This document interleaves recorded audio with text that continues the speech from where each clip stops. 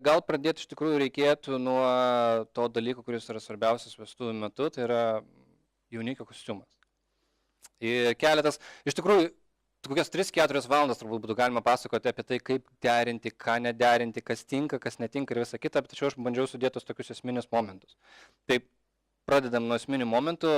Pirmas dalykas, ko nereikėtų daryti, tai gal esat matę tokį dalyką, kai jaunikiai atrodo labai panašiai kaip šie du, čia su ypač karšto ugnimi kovojantis gaisrininkai, tai yra blizgantis kostiumai. Nors iš tikrųjų labai džiugu matyti, kad jų su laiku vis mažėja ir vis mažiau galima pamatyti jaunikių. Tų tokių blizgančių, kartais atrodo, jeigu kai didelė šarka atskristų, taip ir nusineštų jį. Tai jeigu kažkur, kad nors kažkam buvo kilusi mintis, kad tokį kostiumą ar tai pasisiūt, ar tai išsinuomat, ar nusipirkti vestuvėm, tai visą laiką prisiminkit šitą paveiksliuką. Ir nežinau, nebent jums gražiai tai atrodo, tačiau to nedarykit. Sekantis dalykas, iš tikrųjų, apie kurį būtų galima pakalbėti, tai yra kostiuminiai audiniai. Labai dažnai tiesiog yra perkami kostiumai iš Vilnos, nėra kreipiamas per daug didelis dėmesys, tačiau čia, pavyzdžiui, Suit Supply'us 4 pateikti pavyzdžiai, kurių yra gerokai be abejonės daugiau, kuriuos galima tikrai prisitaikyti netgi pagal metų laikus. Tarkim, jeigu tai yra vasara vestuvės, jūs galit pasisiūti, nusipirkti kostiumą iš lino, kuris turi tokią įdomią savybę, vieniem patinka, asmeniškai man patinka, kitiem galbūt nelabai, jisai glamžosi. Ir jisai glamžosi todėl, kad jisai ir turi glamžytis, tačiau tas susiglamžymas kiekvienam vyrui jis yra kitoks ir kostiumas įgauna tada unikalumą. Tai yra kiekvienas vyras dėvintis tą patį, to paties modelio kostiumą, jisai atrodo skirtingai, nes skirtingose vietose bus tie susiglamžymai ir įneša šiokio tokio unikalumo ir išskirtinumo. Tarkim, jeigu tai yra žiema, jūs galite įsigyti kostiumą su nedidelė dalimi kašmyro, tas kašmyras galbūt iki 30% turėtų būti, nes būna ir 100%, iš jų labai puikiai atrodo švarkai, tačiau tiesiog tuomet nesukantuosite kelnių, nebus ant kelnių kantų, nepasidarys. Va, toliau, tarkim, lygiai taip pat žiemą, jeigu, pavyzdžiui, 3 dalių kokiam kostiumui flanelinė vilna, tokia, gal įsivaizduojate esat, kad ko gero matė marškinius, tokia kaip būna stori languoti marškiniai su tokiu pukeliu. Ten nėra iš tikrųjų tikra flanelė, tačiau vat, iš tikros, iš pilnos flanelės su tuo pačiu pukeliu irgi labai puikiai atrodančių galima rasti kostiumų. Ir tarkim, jeigu nusprendėte, kad jūsų vestuvės bus pakankamai formalios, kodėlgi nepabandžius, pavyzdžiui, black tie aprangos kodų ir nesigijus švarko, taip vadinamo dinner jacket, black tie aprangos dalies, kuris pasiūtas iš medvilnės. Tai čia tik tai 4, tarkim, variantai, bet tos klasikinės vilnos, kurių dar turbūt galima bent 2 kartus tiek sugalvoti. Toliau spalvos, dar vienas dalykas. Kodėl yra apsistojama ties, tarkim, tamsiai mėlyna? Ir labai dažnai, ypač vasarą, galima pamatyti tamsiai mėlyni kostiumai pas visus. Taip, aš suprantu, labai gražu, labai fainai. Bet jeigu norisi kažkokio tai išskirtinumo ir norisi atrodyti truputėlį kitaip, kodėl nepabandžius, tarkim, tų pačių pilkų atspalvių, ypač šviesesni, jeigu iš lino labai gražiai atrodo vasarą.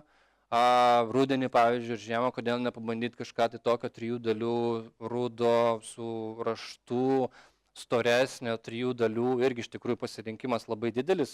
Toliau, kai išsirinkot spalvą, išsirinkot medžiagą, neblizgantis kostiumas yra, turit patį kostiumą, svarbiausias turbūt dalykas yra, ar kostiumas jums tinka.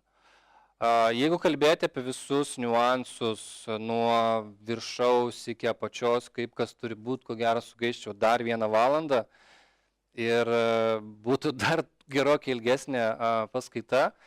Tačiau keletą esminių momentų, kuriuos labai greitai galima sutvarkyti ir iš karto gerokai pagerinti jūsų išvaizdą, galima paminėti. Tai dažniausiai sutinkamas, ko gero, yra rankovių ilgis. Nežinau kodėl, bet labai dažnai galima pamatyti. Čia iš tikrųjų ne tik vestuvių metu, bet ir vilkint kostiumą tiek darbe, tiek šiaip kažkur tai rankovės būna maždaug iki čia.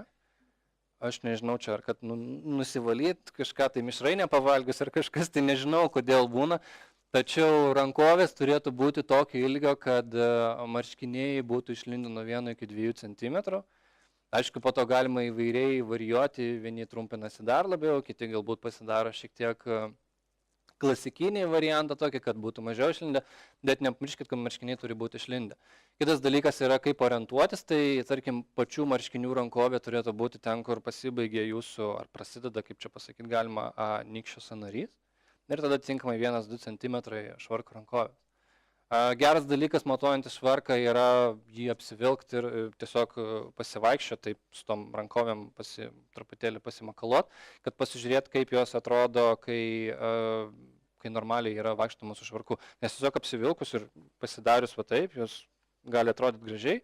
Aišku, tada atsistosit, fotografuositės, viskas gerai, bet pavaikščius jos gali sulysti. Aišku, kitas dalykas, dar kas daro su marškiniais, kai skalbėt, jie kai kurie traukiasi, tai rankovės gali irgi sutrumpėti, tai sulyt į viršų. Bet esminis momentas, vien šitas dalykas, vien šitas akcentas jau iš karto pagerina vaizdą. Lygiai tas pats niuansas yra su kelnėmis. Aš kaip sakau, kartais būna irgi, ne kartais, čia ypač dažnai būna. Pas politikus ir pas žmonės, kurie vaikšto su kostiumais į darbą, matomas dalykas, tai kelnės čia susigarankščiausius, kaip aš vadinu, armoniką pasidariusi, tokia vos negalima groti. Ilgas, nežinau, ten kokį 10 cm turbūt medžiagos, va čia yra sukritę.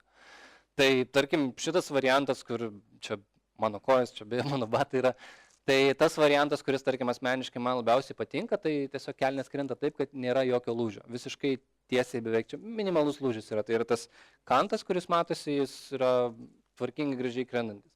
Kam nelabai patinka, nes kartais, kai būna tokio ilgio kelnės, čia šiek tiek matosi kojinės, tai kažkas galbūt kompleksuoja, kad kojinės matosi, esu girdėjęs, kažkas kalbėjo, kad jeigu kojinės matosi, tai čia yra žiauriai blogai ir čia yra visiškai nemadinga, su kuo tikrai nesutikčiau.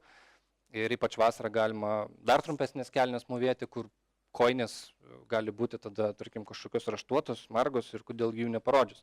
Kodėl jas rodyti tik tai tada, kai sėdė, o ne tada, kai vaikštai.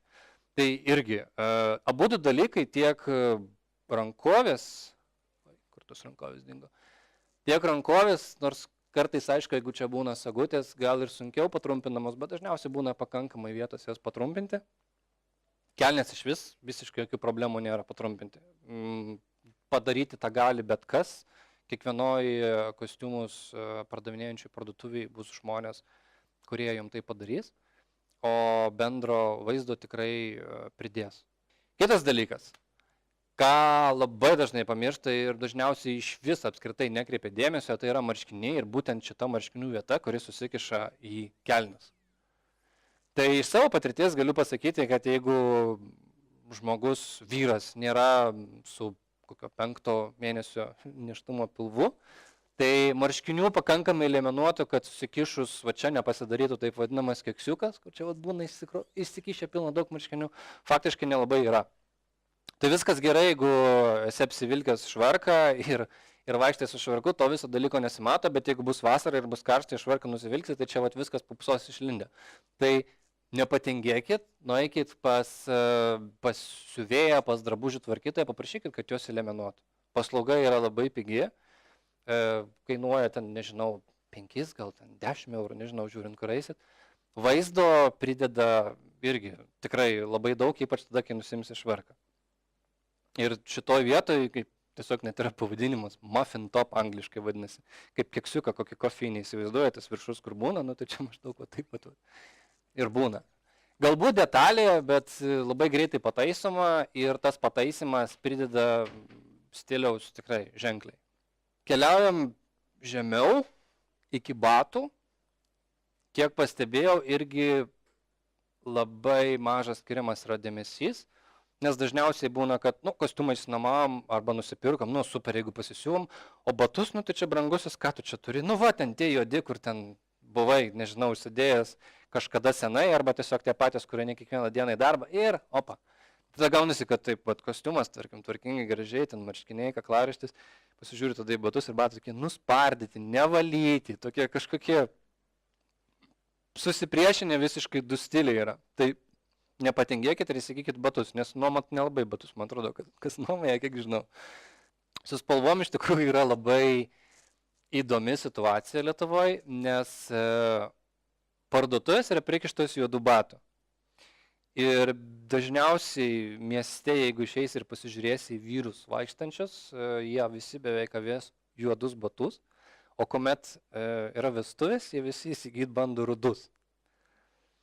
Ir iš esmės gaunasi tada, nes rudus, nes tai pas tave, jeigu visi batų spintoje įdė badai, tai norisi rudų, norisi stilius, norisi atrodyti kažkaip kitaip.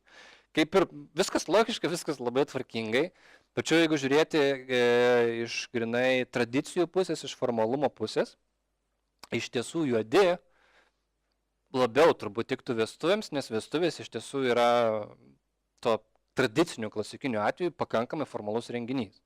Black tie galbūt aprangos kodo jisai nereikalaujantis yra, tačiau kiek teko kalbėti su italais, tai tarkim jie į vestuves, netgi kaip kvestiniai svečiai, nei savo, jie sakė, kad aš visada vestuves aunuosiu juodus batus. Aš eidamas į darbą aunuosiu rudus, aš eidamas su draugais kažkur į miestą aunuosiu rudus, eidamas į vestuves aš aunuosiu juodus. Į juodi galbūt nederėtų prie rudo kostiumo, niekada bent jau aš asmeniškai juodų. Rudi atitinkamai prie juodo. Visos kitos spalvos tiek juodi, tiek rudi dera.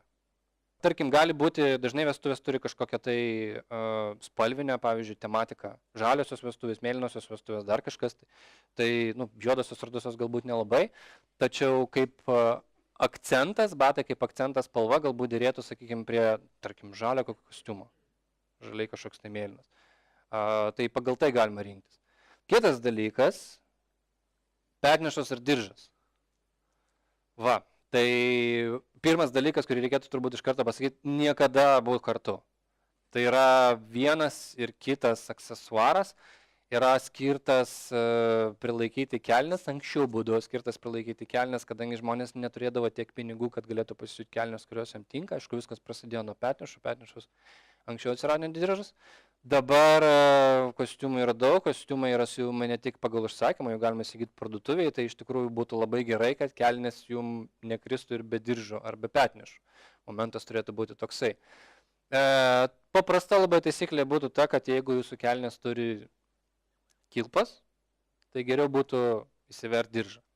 Jeigu kelnes yra tokios kaip šitos, tai jos gali būti iš tikrųjų mūvimos, čia tiesiog net nėra kilpo diržo, tai čia diržo neįsiversit. Tai jas galima arba su petnešam kaip akcentą turėti, arba galima iš vis be nieko, nes šonuose būna tokios užsiveržę, tokie užsiveržiantis. Nežinau, kaip čia jos pavadinti, kaip ant kuprinės kažkas panašus būna. Tai galima iš vis net petnešų tada nesidėti ir kelnes tiesiog apsimauti ir mūvėti be jokio aksesuaro. Nors galbūt vestuvėse tai norėtųsi kartais. Bet pagrindinis dalykas, bet kuriuo atveju, kurį norėjau pasakyti, kad niekada būtų kartu, kad nebūtų. Kitas dalykas, jeigu jau yra petnešas reikėtų traktuoti kaip, čia paprasčiausiai kalbant turbūt, kaip apatinį drabužį. Tai yra, nereikia su juom vaikščioti be švarkų ir visiems demonstruoti, kokios yra mano petnešas. Petnešas, sakau, įsivaizduokit, kaip apatinį drabužį, jos turi būti pasislėpusios, jos turi būti po švarku, arba jeigu yra 3 dalių kostiumas, jos turi būti po liemenė. Ir demonstratyviai vaikščioti nelabai turbūt yra tikslinga, nors, tarkim, galima matyti nuotraukas, fotosesijas, kur apskritai jaunikiai būna net be švarkų ir petnešas ir dar diržas įvertas, koks ir dar petnešas juodas, diržas rudas ir ten visi kiti dalykai prasideda.